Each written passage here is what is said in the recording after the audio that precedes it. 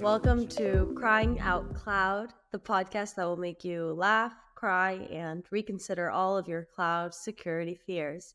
I'm Eden from the CTO team at Wiz. I am here with my amazing co-host Amitai from the Wiz Threat Research team. And today we're very excited to welcome our special guest, Jerry Bell. Jerry is currently the VP and CISO of IBM Public Cloud. He is a veteran of the IT industry, working in this space for over 30 years, during which he's held various positions, everything from programmer to sysadmin to CISO. Jerry also founded and hosts the Defensive Security Podcast and has administered the InfoSec Exchange Mastodon instance for several years. We're super lucky to have him on. Welcome, Jerry. Thank you for having me. Where are you? Where are you calling us from? I am in Atlanta, Georgia. Fun. Lovely. So it's our morning and Amitai's evening. Let's do this. So we have this thing before we dive into the deep questions where we like to do a little speed round of questions to get to know you. Are you up for it? Oh boy, let's see. Okay. You can also pay us, like, if any of the questions are like annoying or something, you can also pay us back and ask us your own questions if you want.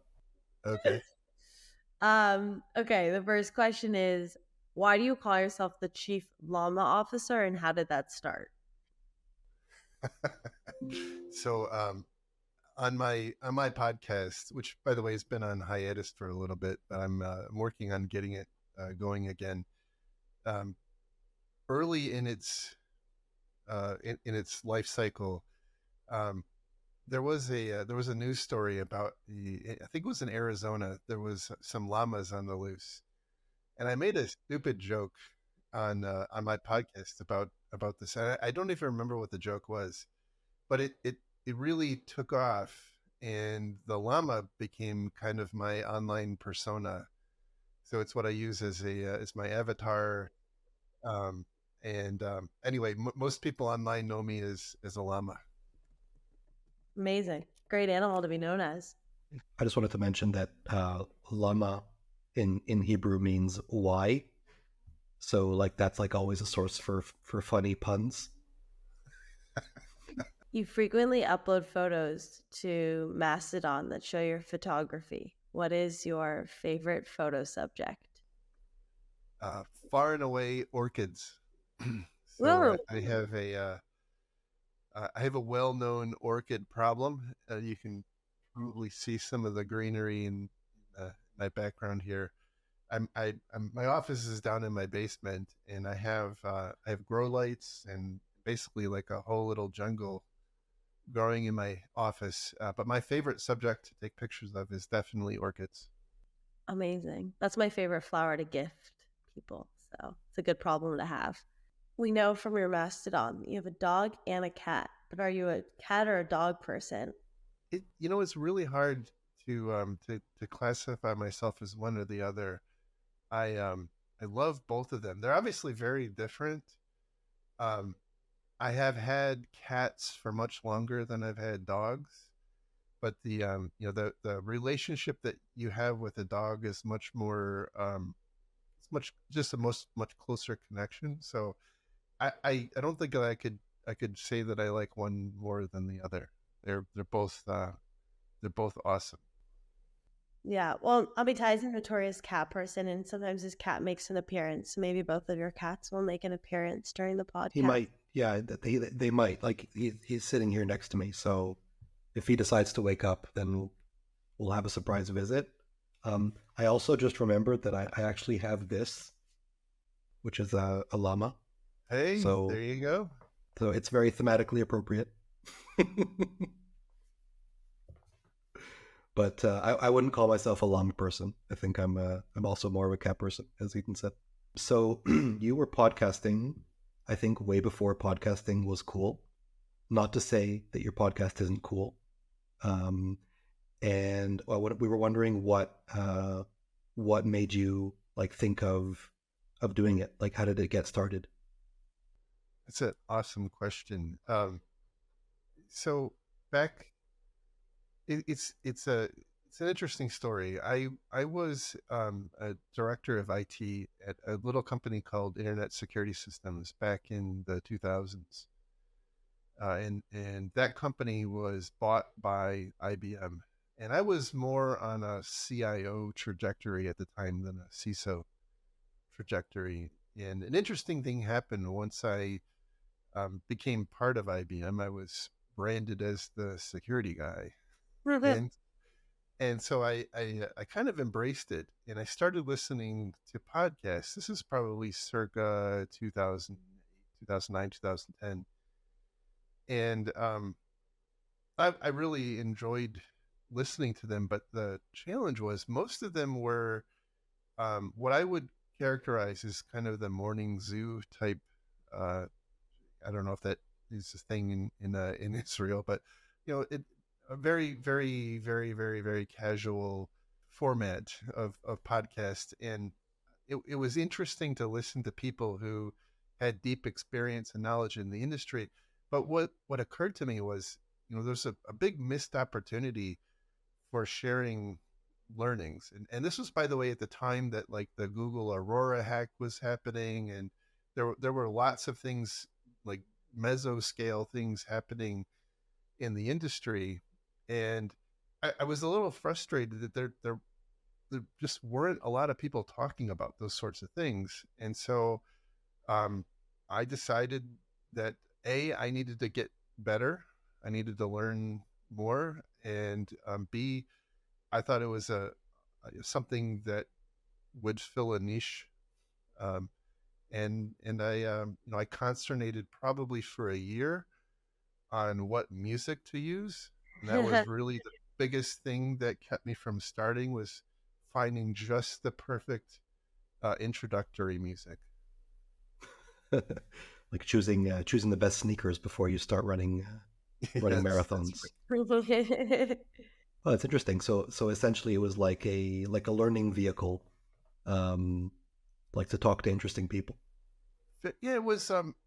It forced me. The whole premise of it was, and to the extent it will be again, looking at what is happening in the industry in terms of data breaches, and using what people would normally call open source intelligence to figure out what happened and what could have been done differently. Obviously, it's all hypothesis and speculation and whatnot, but there's value in that. So um, going through the thought process of trying to figure out what could have been done differently based on what we know, and then repeating that times 1,000 or 2,000, you tend to pick up on some trends and develop some opinions. I know we're much later to the game, but we're inspired by your podcast, and we're glad we're in good company of the security podcasts out there. It's been incredible to see, and I don't in any way take credit for it, but it's like there are a lot of really awesome podcasts, including yours. Thank you. Yeah, I think that there's just like this like very strong thirst for learning this and actually sharing this knowledge, like you said. So it's cool that we get to help facilitate it. So we read that you crashed your first computer at the age of 10 and a half. So we were wondering how, and we were wondering how often you're crashing computers these days. So I think that was my VIC-20, if I'm not mistaken, and I don't remember all of the details, but that system had a tape drive. It didn't have a hard drive, and so I'm pretty sure that I messed up the tape. Um, I have over the years made many spectacular fails. Honestly, one of the interesting things, because I have been a sysadmin and a network admin for a long time over the years, and one of the best ways of learning is to screw something up and then having to figure out how to fix it. It it is typically a problem, especially if you're causing an outage to a company, but um, Fortunately, they don't let me touch computers anymore at work. I have I have a team that those things. But I do still I still have a fleet of systems that I manage associated with the Mastodon instance and all the other associated instances that I manage. And I like to think that I've gotten past crashing those, although there are always nagging hardware issues that I have to deal with now and then. I mean, you could rebrand yourself as like a chaos engineer, right? You could say like, it's my job to make things fail every once in a while. The chaos llama instead of the chaos Yeah, yeah, chaos exactly. I see the GIF already. It's like all coming together. Amazing. Okay, we're transitioning to the real questions. Let's do it. So, first of all, let's start with the fact that you have a very huge job being the CISO of IBM Public Cloud, and you've been at IBM for many years. And if you look back through the history of your time there, you've really watched the world and the internet evolve. They're completely different than when you started. I think it would be really fascinating to hear you kind of talk about what has surprised you most during this time in evolution, and kind of reflect on how things have developed and how people use the cloud and the internet. It's a big question. I was certainly, I've been in IT for a long time. And one of the things that was probably not terribly surprising when you look at some of the parallel types of technologies, and the one that I always looked at was like phone systems and voicemail systems. Nobody manages those things. No company has a phone system or a voicemail system anymore. It's all done in your carrier. I mean, there's obviously exceptions, but what was perhaps the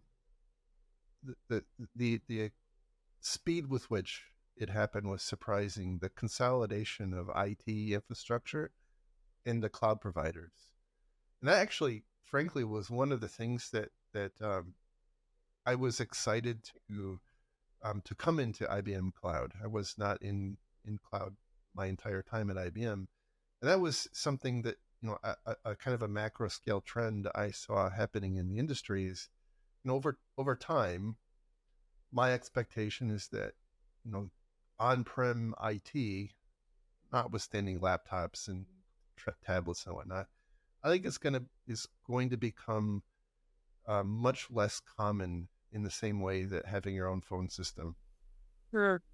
Yeah, so you're essentially like outsourcing and consolidating, like instead of everyone spending a lot of money and resources on handling like physical communication, you're essentially handing it off to someone to work essentially only on digital, and they do it for everybody, which means that if they have issues, whether they're security issues or operational issues, then that causes trouble for everybody. And it also means that they might be a bottleneck in terms of espionage, in terms of trying to shut things down. But I do think the benefits vastly outweigh the issues that might arise. There's a lot of government. I think government's awakening to this concept of concentration risk, and so we see governments around the world, and they're really focusing first on critical infrastructure systems, but we are starting to see some reckoning of that concentration risk. How it pans out, I think, is a little will be interesting to see. I think some of the ways that they're trying to approach it today are probably not necessarily optimal. But it's a complicated problem, and it is without a doubt one-stop shopping. If you're a threat actor, and you have an opportunity to impact many different end customers or end entities, through one infrastructure. That's got to be pretty ideal.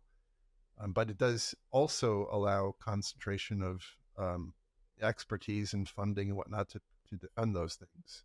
So the trick is making sure that we're as a cloud provider actually doing that. In terms of making them more secure, one of the other kind of elements that we wanted to ask you about was like acquisitions, which is a bit of a transition of the topic, but IBM just bought HashiCorp, which was like an exciting, huge acquisition. It's in the news. Everyone kind of sees it. And with it, it kind of brings a whole slew of security considerations and potential attack vectors.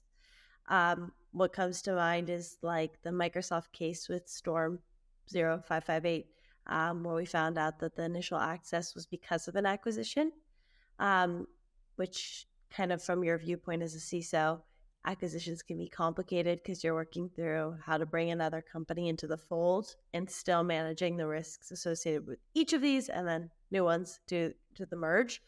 So without maybe going into the HashiCorp one, if you don't want to or whatnot, but can you just talk about how CISOs should approach mergers before and after an acquisition? Absolutely. So I'm in the fortunate position, I suppose. IBM is a very aggressive company when it comes to acquiring other companies, and I don't mean that in any kind of derogatory way. They're trying to buy the best, the best and brightest, both people and technology to complement what we already have and what our customers need and where the industries are going. But it has resulted in a lot of opportunity to experience these things, and I think we have a pretty good program around that. Obviously, not all companies acquire other companies at quite the same rate and pace, but some of the things that I think work for us are enumerating gates and really making sure that the teams who are leading the acquisition and integration of the acquired company or the company that's being merged in understand the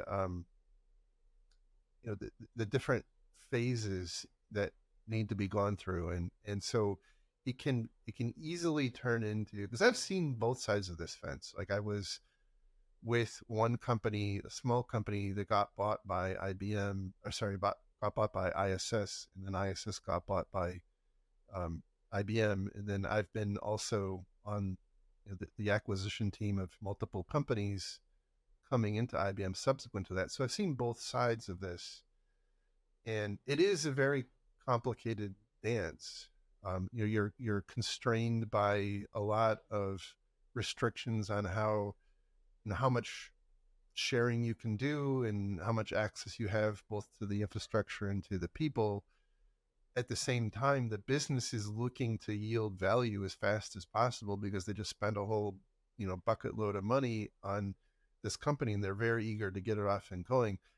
I think what has worked for us is to have a very clear plan with gates and whatnot that the people who are helping to lead that integration understand, and then turn that into helping drive those integration points rather than trying to having those come in at the last minute and ending up in some kind of a disagreement. Typically money money is a very powerful thing, and so I think what has worked for us is to really render explicit those different gates. So whether that's installing EDR, replacing workstations with corporate, the workstations that the acquired entity use before they get connected to the network, and so on. So there's that's going to vary based on the maturity of both organizations. But my best recommendation is to not wait until you're knee deep in an acquisition to figure out what you hold dear, what you want to have happen, because at that point you're just setting yourself up for an inevitable fight that you're probably not going to win. Okay, there's another hat you wear, Jerry, that's a really cool hat, and it's that you manage a very popular Mastodon server that became a refuge for everyone that was escaping Twitter post Elon's acquisition. Um, just so everyone's on the same page listening, Mastodon operates like not like Twitter, TikTok, or Facebook. It's a distributed platform. So there are multiple servers that interact and like users sign up to a specific one. Um, and it's really cool that a lot of people from the security scene transferred their accounts to your Mastodon. So I guess my first question, which is genuinely a curiosity of your experience there, do you feel like you're like a user of the social network, or do you feel like you're like a moderator whose job is like you're hosting a dinner party and you have to make sure that all the guests are having a good time? That's a fantastic question. I would say that for the most part, I feel like a user of it. Um, I, we just crossed our 7th year in operation, so it's been around for a while. But one of the reasons I set it up initially, I set it up as just the curiosity. I like to tinker and dabble and whatnot. But as time wore on and Twitter started falling apart a little bit, people were looking for alternatives. I'm very big on community, and my intention was to we had an awesome thing. I think we had an amazing thing with InfoSec Twitter. Like it was, I got so much out of that personally, professionally. It was just an amazing platform. I was able to connect with people and test ideas, share ideas, help people that I never would have had an opportunity to do in any other way. And I wanted that to continue. Not that I wanted to be the one to run it, but like if not me, then who? Um, so I would say from my standpoint, first and foremost, like I'm a consumer of it. So like it comes from a place of like genuine, like you want such a place to exist. Like you want a forum like this to exist because of the benefit that you yourself reap from it and the community in general. I see it as an imperative for the industry, and if it's not me, then it needs to be somebody else. But we need a platform to collaborate and communicate and share information. I don't I will say I don't think we've recreated what we had on InfoSec Twitter, but it's a pretty strong community of about almost 16,000 very active people. So So do you think Mastodon can replace Twitter? Like, do you think that there's a world in which that is even possible? I think for many people it already has. Um, but there are, I mean, there's still a fairly strong presence on X, I guess is what it's called now, and some people have also moved over to Blue Sky, and some people are on Threads now.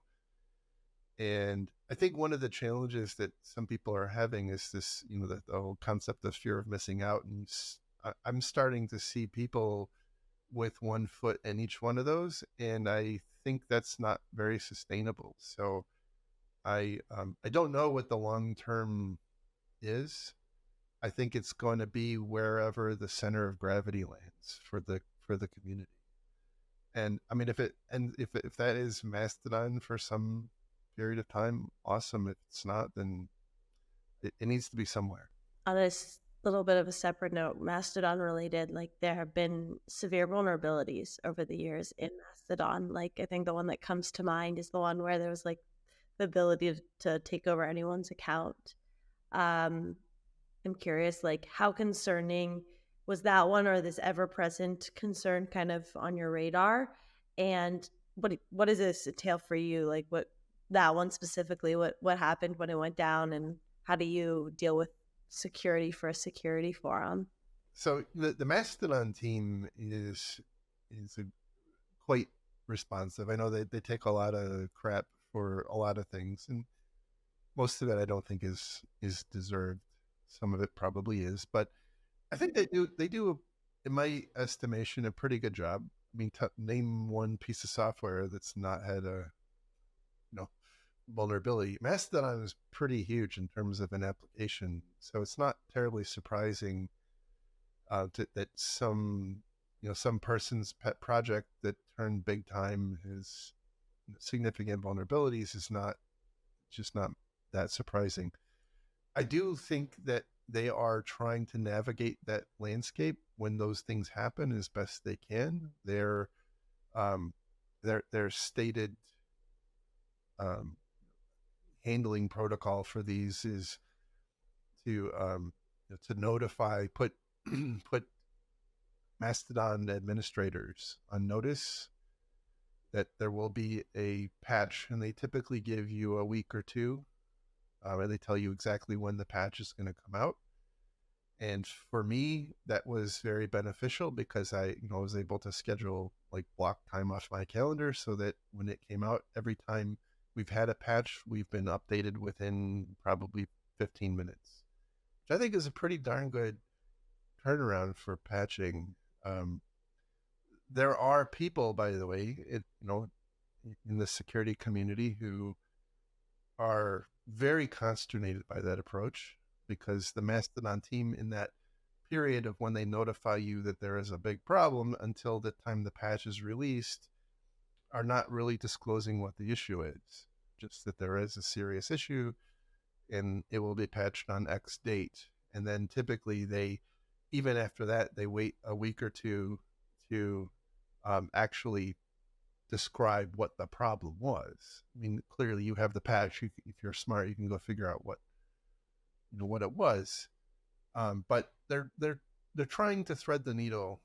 I think what's more interesting, or at least as interesting, is that a lot of what we see are the Mastodon is one of a bunch of different pieces of software that all communicate across the common protocol called ActivityPub.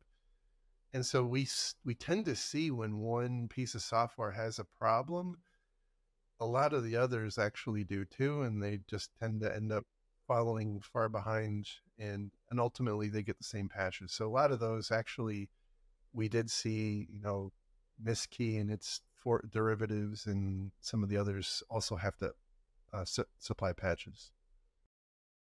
That's interesting. Like we do a bit of work on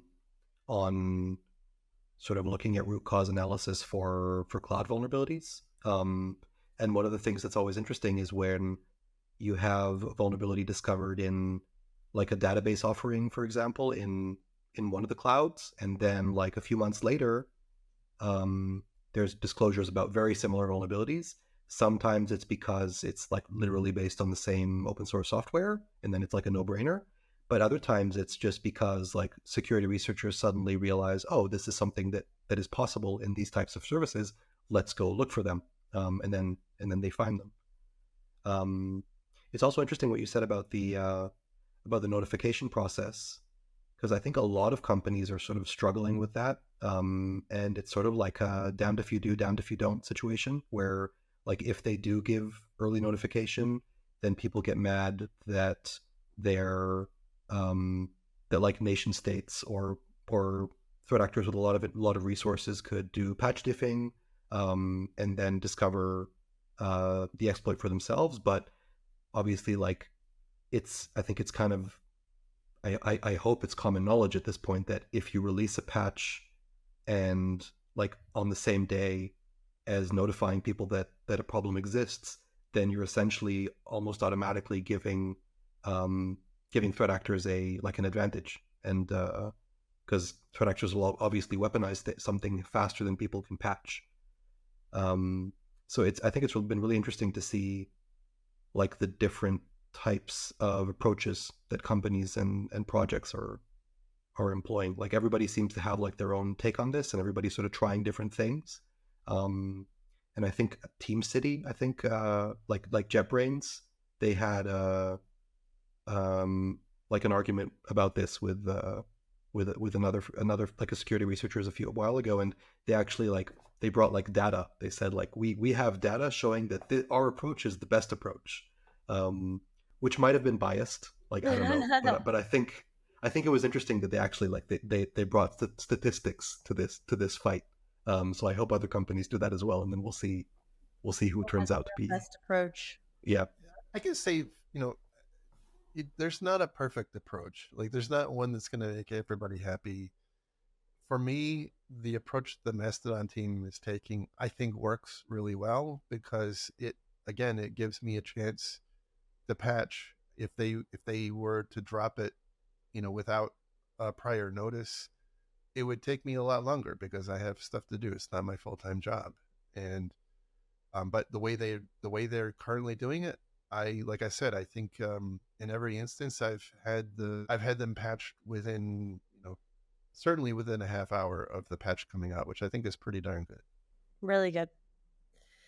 Okay, another topic in which you may or may not have had a heads up notice on. You probably didn't because none of us did, but was the changes around NVD, which we've spent a bit of time talking about on this podcast before. And so I think it's on a lot of people's radar, but like, were the CISOs of the world surprised by this? Like, they never thought this would happen? Or was this something that was to be expected and they had redundancies and plans to cope with this in place?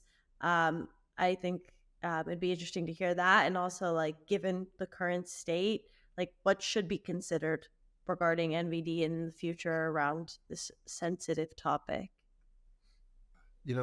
I will say it's hard to be surprised by anything the government does these days. So that notwithstanding, I think in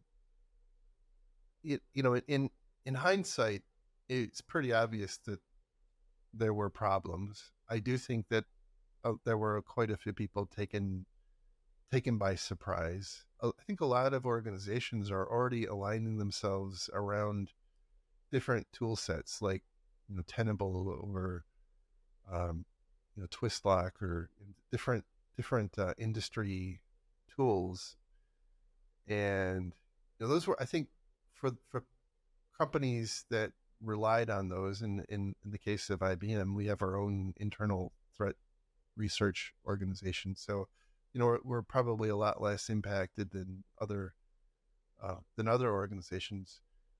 But it does create some chaos, especially when you realize that FedRAMP, which touches a lot of us in the cloud space, mandates that you use NVD,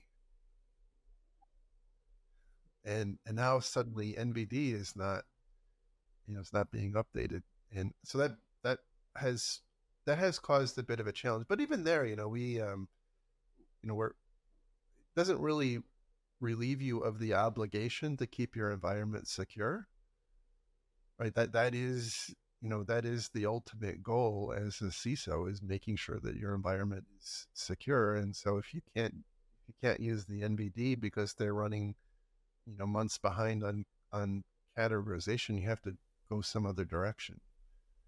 I think it definitely kind of showed, like, whether you were surprised by this or not, it definitely showed that this sort of thing can happen and might happen again.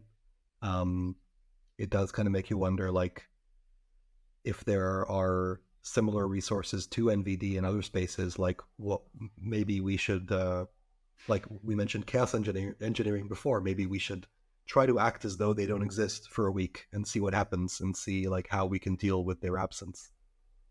It certainly would have been much worse, I think, for the industry if it had been the CVE, CVE database instead of NIST's NVD.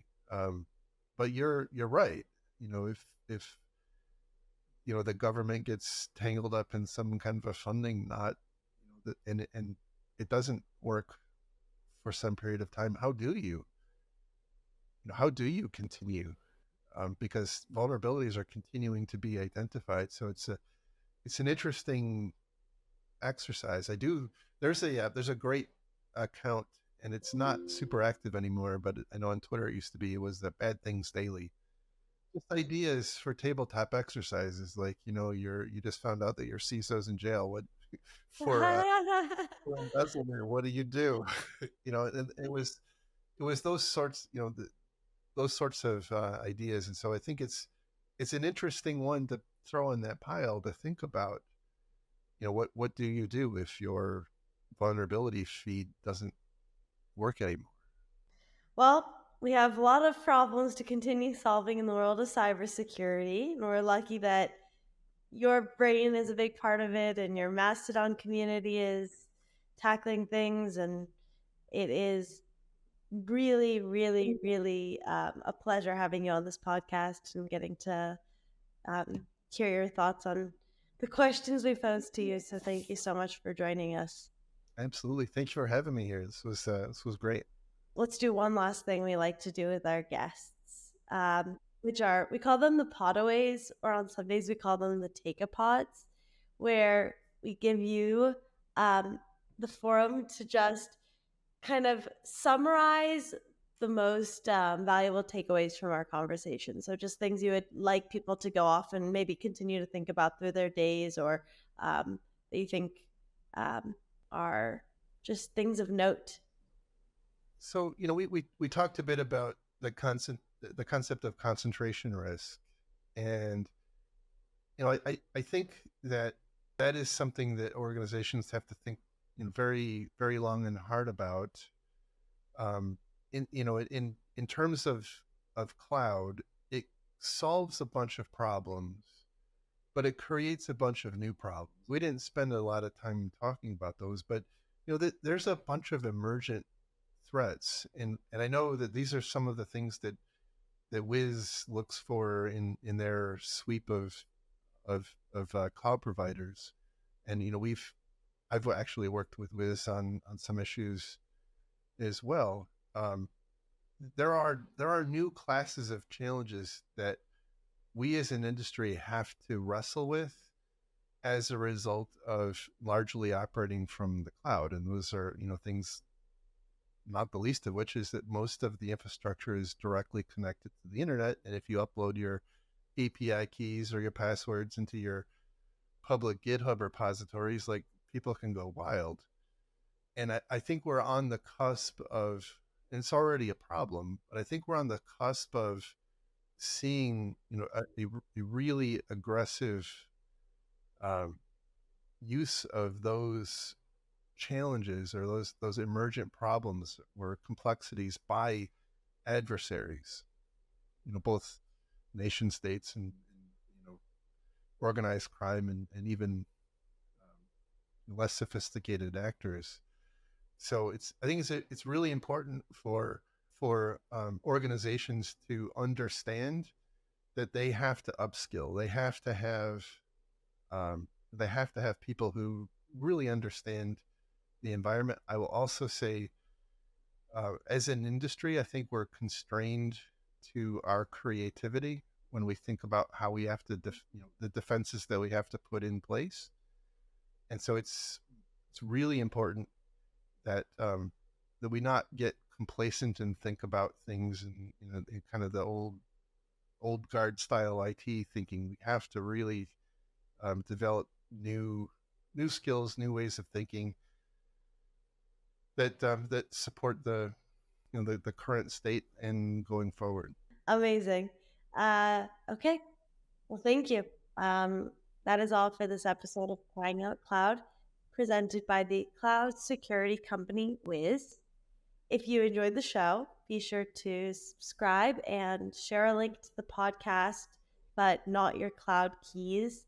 And as always, if your cloud security strategy is making you cry, don't worry, just cry out loud.